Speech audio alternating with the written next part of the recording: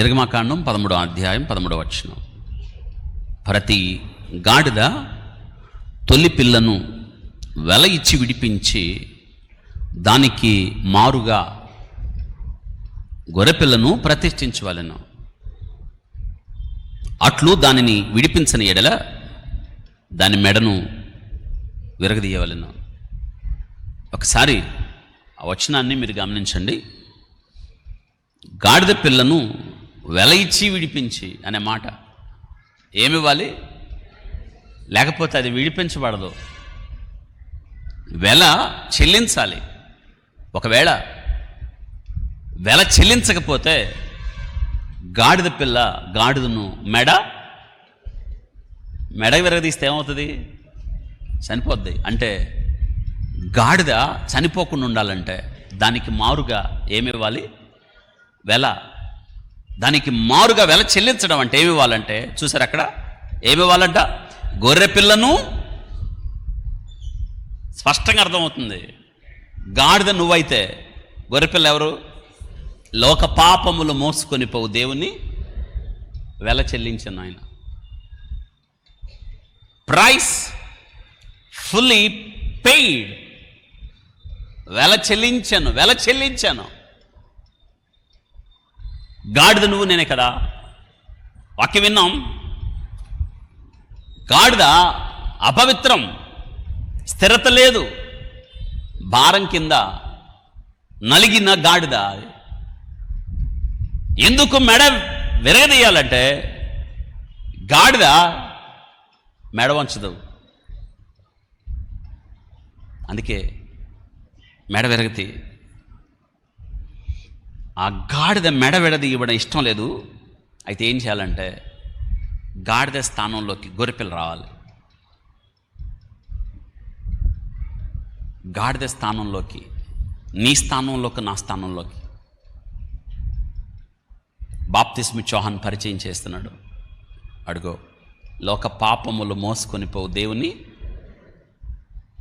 గొర్రెపిల్ల మనందరి కొరకు విమోచన క్రయధనముగా క్రీస్తు ప్రభువారు లోక పాపములు మోసుకొని పోవు దేవుని గొర్రెపిల్లగా తన ప్రాణం పెట్టాడు.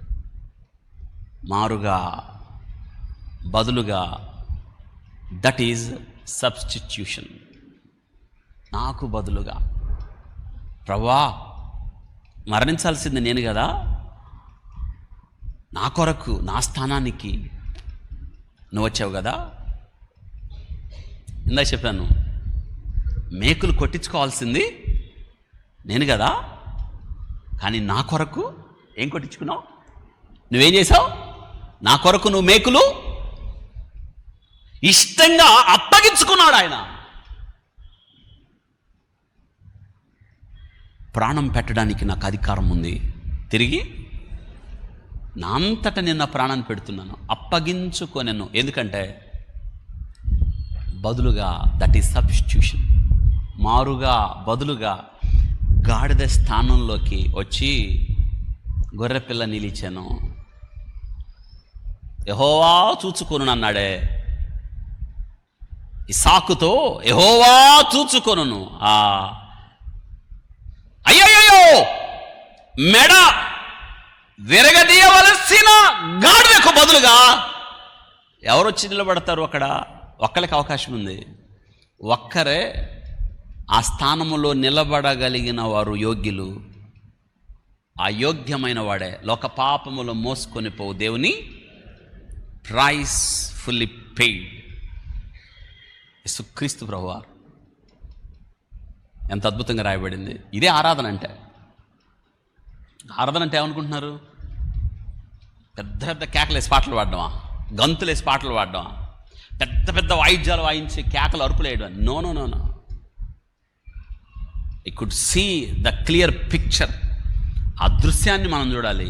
గాడిద కదా నేను, నా స్థానంలోకి క్రీస్తు ప్రభు వచ్చాడు కదా.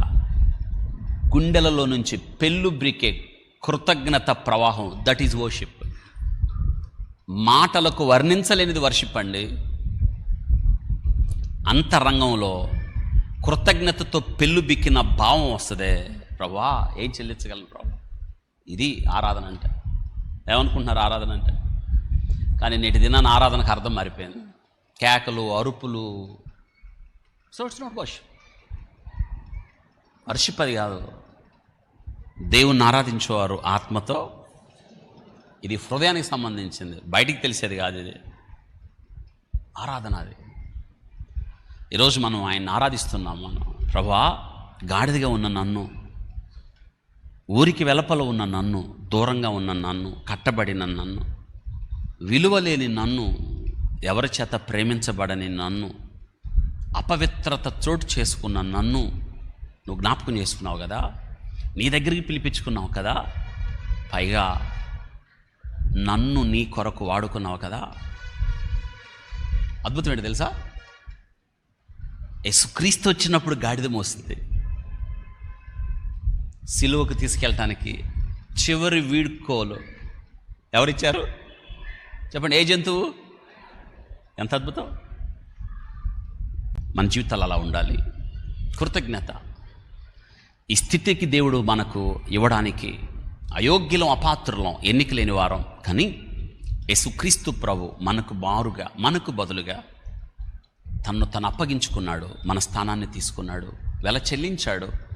యేసు రక్తము ప్రతి పాపము నుండి నిన్ను నన్ను మెడ విరగొట్టబడవలసింది.